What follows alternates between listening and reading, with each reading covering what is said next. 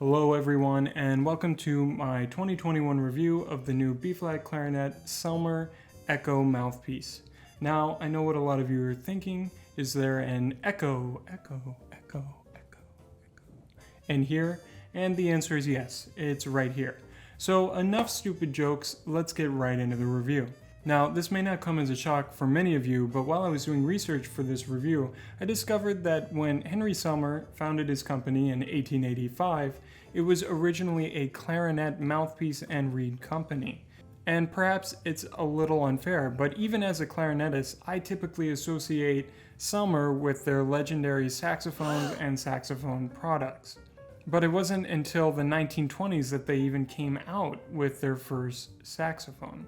Anyway, it's clear from the 2014 release of their Focus and Concept clarinet mouthpieces, and now the new Echo mouthpiece, that they're looking to return to their roots.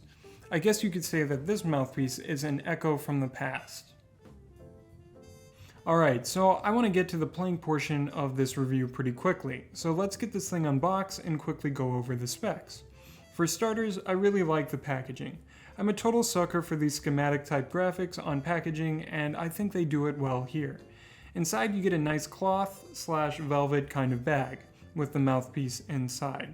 Now the mouthpiece is stated as having a 1.08mm tip opening with a 22mm facing length. It's made from hard rubber, features a trapezoidal chamber, and after emailing the people over at Selmer for clarification, it comes in one version, pitch to be used whether you are tuning to 440 or 442. Now, it should be stated that this is the first Selmer mouthpiece created entirely on a digital machine. This is a growing trend in the industry, and I'm pretty happy about it. While there are some truly extraordinary handcrafted mouthpieces made by truly master craftsmen, when something happens to one of those mouthpieces, it's often very hard to replace. There is a certain level of variability inherent in a handcrafted item. With a mouthpiece like this, you at least know that if it's going to break, it will be easily replaceable, as the consistency from mouthpiece to mouthpiece will be quite good. Anyway, with the basics out of the way, let's get into the playing portion of the review. I'm going to start by playing the Brisk Young Sailor from Percy Grainger's Lincolnshire Posy.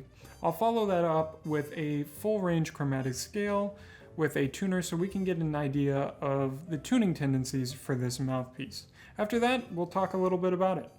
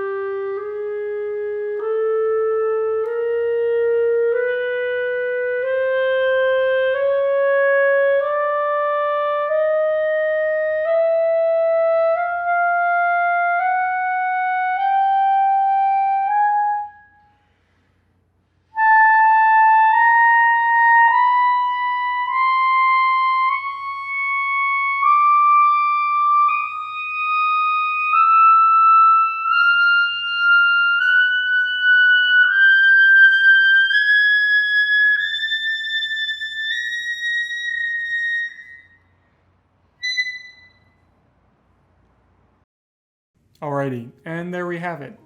Now, I'm going to say right off the bat that I think Selmer absolutely nailed their description of this mouthpiece.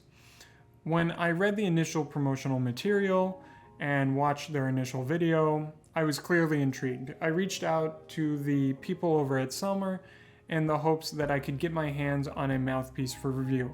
Thank you to Selmer, by the way. This review is in no way sponsored, but they were kind enough to send me a mouthpiece out for the sole purposes of doing this review. I really appreciate that. Anyway, some time passed, and by the time the mouthpiece ultimately arrived, I had basically forgotten what Selmer was going for with it. So I played it a little bit and wrote down my initial first impressions, and I'll read those to you now. The mouthpiece is very malleable. It has a wide spectrum of available colors, meaning the sound can be very dark and covered, or it can produce a very focused, projectable sound with a lot of hold and core. It's easy to play, especially at dynamic extremes. I found piano to pianissimo quite easy to produce with this mouthpiece. And finally, the sound is never harsh, even when being voiced to project. Now, there's a lot to unpack there, but let's quickly read Selmer's promotional material for the Echo and compare with what I wrote. It's designed to have a round and colorful sound. It's designed to offer roundness and good projection while allowing for a colorful and easily adjustable sound. It's designed to offer musicians total comfort, and it has unprecedented accuracy, by which I'm assuming they mean the intonation is quite good. Now again, I feel like Selmer absolutely nailed these points. Lately, it seems like we live in a world where clarinet mouthpiece manufacturers are engaged in some kind of arms race to produce the darkest, most covered sound they possibly can. And while it's clear with this mouthpiece that Selmer wants to stay relevant during this trend, they also want to hold on to their own voice. At its core, I feel like the Echo maintains the essence of a classic French mouthpiece. While it really does produce a naturally very round sound almost effortlessly, it still maintains an incredible malleability that I generally associate with French playing. Depending on your voicing and setup, it is capable of some pretty dramatic shifts in color. For reference, during my recording, I was using a Vandoren 3.5 strength Rue Lepic 56. And upon listening to the recording afterwards, I discovered that the sound was maybe a little bit too covered for what I was going for with that excerpt, and the articulation wasn't quite as crisp as I would have liked it. However, if I had taken the time to experiment with different reeds in that setup, maybe go down half a strength or change cuts, I'm confident, due to the flexibility of this mouthpiece, that I could have found something that was closer to what I was envisioning in my head. It truly is a very flexible mouthpiece. I'm sorry I didn't record other reeds while I was in that space, because I would have liked to have shown you all, but you'll have to take my word that it is quite a flexible mouthpiece. Now, while we're sort of on the topic of articulation, I found this mouthpiece quite easy to articulate with. However, I do feel that it has a bit of a sweet spot. I found myself moving my tongue farther forward in my mouth than I'm typically used to really get the response and articulation I was after. Everyone's internal oral cavities are of course different, so your mileage may vary on that, but that was just my experience. In regards to projectability, while I haven't been able to play in a large ensemble for a year and a half for obvious reasons, I do feel that with the right reed pairing, you would have no problem soaring over a large ensemble with this mouthpiece. In general, the mouthpiece is very comfortable and easy to play. Their promotional material is definitely accurate. In general, I imagine this mouthpiece would be pretty appealing to people who have always liked the sort of round, homogeneous sound you can get from mouthpieces like the B40 Lyre, B40, or BD5 line of mouthpieces, but have always wanted it in a more closed-tipped form. And I think people who want that more medium closed tip opening would find this very comfortable. Now, the final thing to talk about here is intonation. Selmer says it has unprecedented accuracy. And while unprecedented is a bold word, I think it's clear from my previous tests that the intonation is quite good. There's a few notes, especially in the lower right-hand register, that are a little sharp for my taste. Now, it's important to note that every single mouthpiece has its quirks, and in general, the Selmer's intonation is quite good. It certainly won't get in the way of a good performance.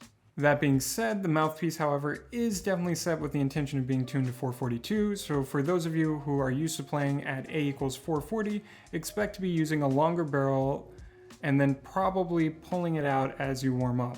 This isn't really a critique, it's more of an observation, and in fact I find it preferable to the alternative. It's not fun buying a mouthpiece that is tuned to A equals 440, but then still has trouble actually reaching that pitch with your normal barrel. And then you have to go through the process of procuring a shorter barrel to get it to play up to pitch. And just in general, it's far easier to pull out a barrel than it is to buy a new one. So in general, those are my thoughts on the mouthpiece. I think it's an excellent addition to Selmer's lineup. I think it's a good alternative to some of those mouthpieces mentioned earlier.